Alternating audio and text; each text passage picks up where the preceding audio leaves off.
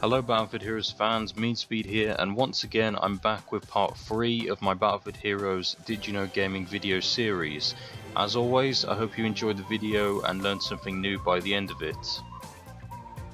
On the 1st of April in 2010, the homepage had an image advertising some new items, the paper bags, for 7,000 battle funds each.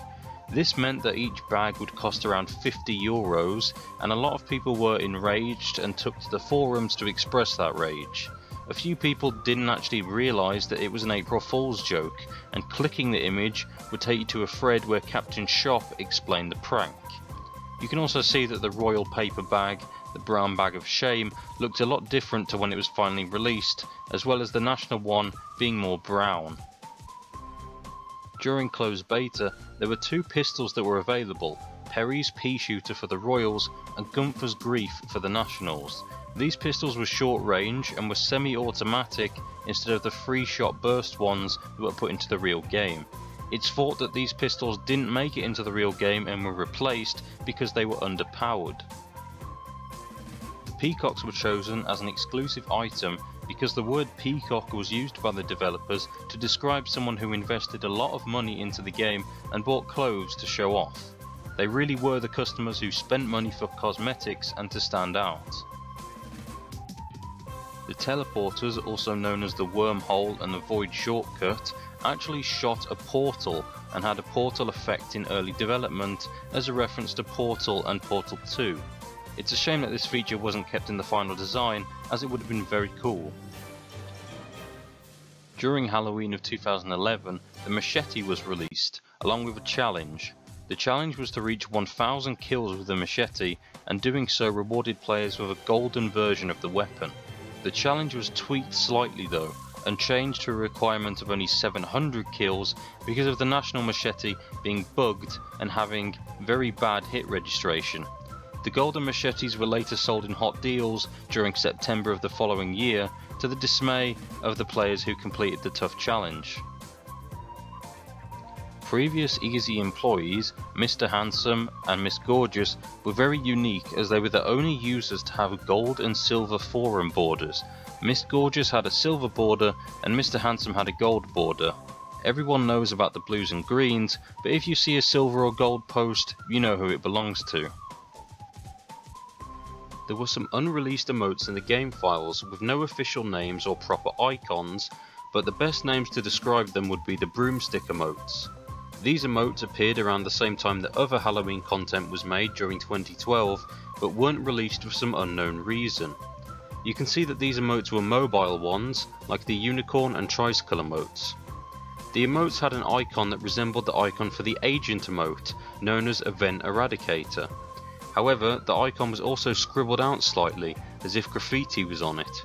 It's also worth mentioning that the National Broom uses the same audio as the Event Eradicator, which sounds like a cackle and then a poof sound. It's possible that the audio was taken from the agent emote, as they thought the sound would fit the broom as well, as if it was a witch laugh, or they just reused resources to save time. Other theories showing why the emotes were unfinished are that both of them made the horse emote sound when tried out in the client, and one emote could be used by both factions. For example, using the national emote on a royal hero worked, however you wouldn't be able to move and the camera would zoom out a bit more. This is one of the rare circumstances where a national specific emote could be used on the royal side and vice versa. Finally, the national emote was slightly less detailed than the royal one. Speaking of unreleased emotes, there were actually a lot more planned but never made or even put into the files.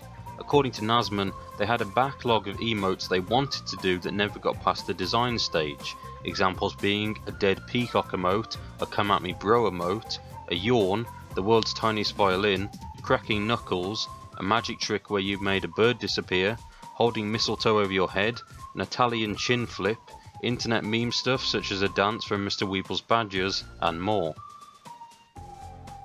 In August 2011, Riverside Rush and Buccaneer Bay had the Hero of the Hill game mode added to them.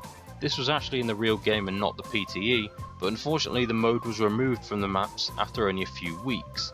The developers said they found out that the mode was massively bugged on those two maps, but they don't remember why the bugs weren't fixed, and the mode re-released for those maps. In July 2011, there was a new map being tested in the PTE called Royal Rumble. This is the map that was changed to make Perilous Port, and you could call it the prototype version if you like. Royal Rumble was very different to Perilous Port, with notable comparisons between the two being the boat design and textures, with Perilous Port's boat looking a lot less bland and more detailed, a huge increase in grass and trees where Perilous Port removed some, and a lack of fences and walls which were added in with Perilous Port's release. Oh, and the more obvious difference being that Royal Rumble was a daytime map and Perilous Port a night map. Perilous Port was released 3 months after Royal Rumble was tested in the PTE, and as well as the mentioned changes, took on a Halloween theme with pumpkins, cobwebs and even ghosts being scattered around the map. The final version of the map was most likely changed so drastically as it was to be released around the same time as Halloween, with the Halloween themed outfits, emotes and weapons. Well guys, I hope you found this video interesting and enjoyed it. I'd like to thank G-Dude, Michael, Kaiser and Nazman for either some of the images used in the video or the information. And as always, I'd like to thank you all for watching.